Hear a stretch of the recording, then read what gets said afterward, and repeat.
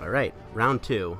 And Round two for real this time. yeah, a little behind the scenes for our listeners. We got about halfway through our round two we got halfway through our round two fight when my phone crashed, and we had to have a do-over. But we're doing it again. Same decks as last time. And hopefully not the same result. Well, hopefully a little bit better along the way because I was losing. I was going to omit that, but sure, if you want to tell on yourself. Whatever. No shame in losing. We'll see about that.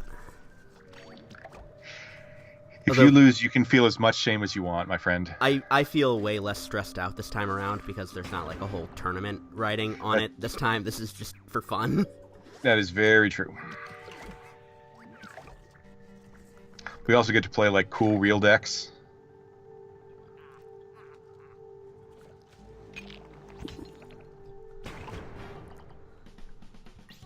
I watched Men in Black 3 for the first time the other day, and there's a character who can, like, see into every possible reality at once, and just kind of seeing how the first couple of rounds of this fight went down versus last time. I'm getting that kind of, like, that splintered timeline brain thing.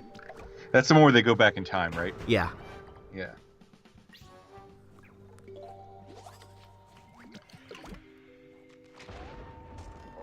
You again. He might be better than Trickster.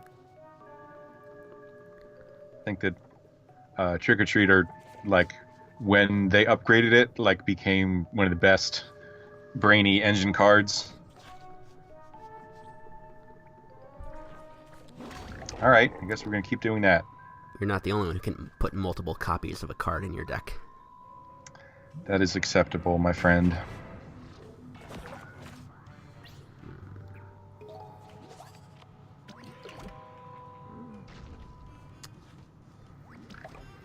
Yeah. Alright.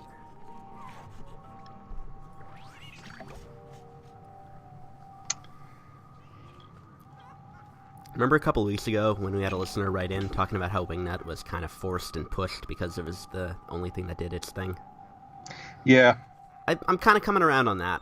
Like, with Mustache Monument, I feel much more of a, like, strategic obligation to tech in some Wingnuts. Yeah, I feel you.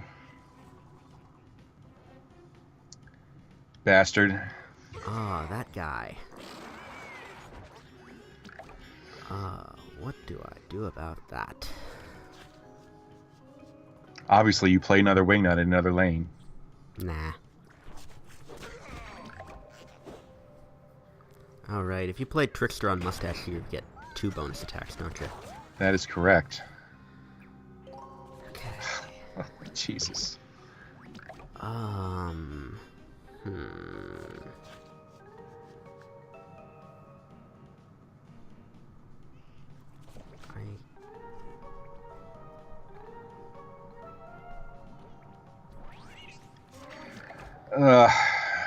Buddy.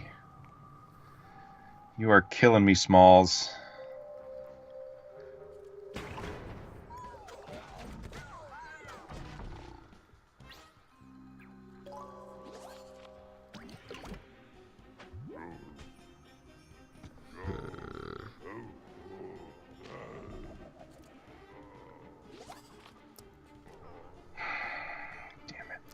If you play another one right now, I won't be able to draw anymore.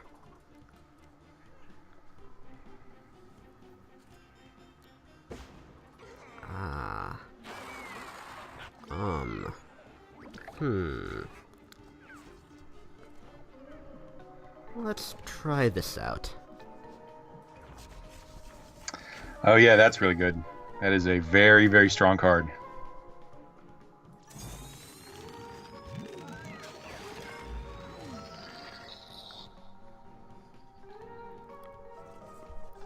I think that's the only set 4 card I put into this deck, but it's a doozy. And, like, I know that there's definitely applications for it other than, like, putting it in, like, another OTK deck. I'm sure there's some real big bodies that would go real well with, but it does pretty well in this one. Wait, I gotta use that or I'm gonna be full. Yeah, alright.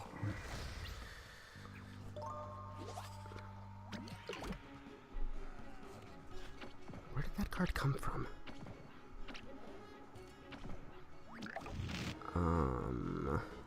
The strike through trick conjures a trick. Right, yes, thank you. That was exactly what I was thinking of. The Magic players would say that that card, whose name I forget, has a high setup cost. If you want it to be really good, you have to have done a bunch of stuff, and it ends up being narrow because, you know, the less stuff you have on the board, the less good it is.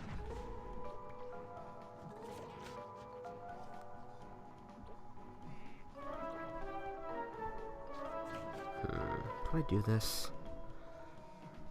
Yeah, I do it.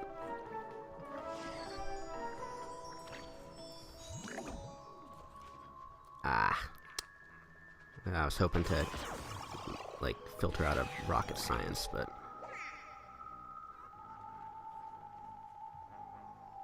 Ah, that's even worse. I should have seen that coming.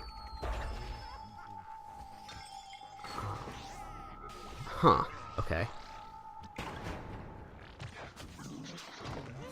I don't feel quite so good as the guy with 2 cards in his hand.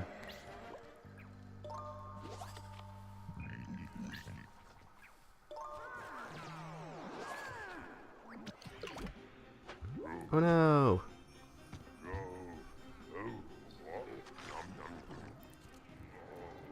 Well, I'm at 11 mana, and you know what that means.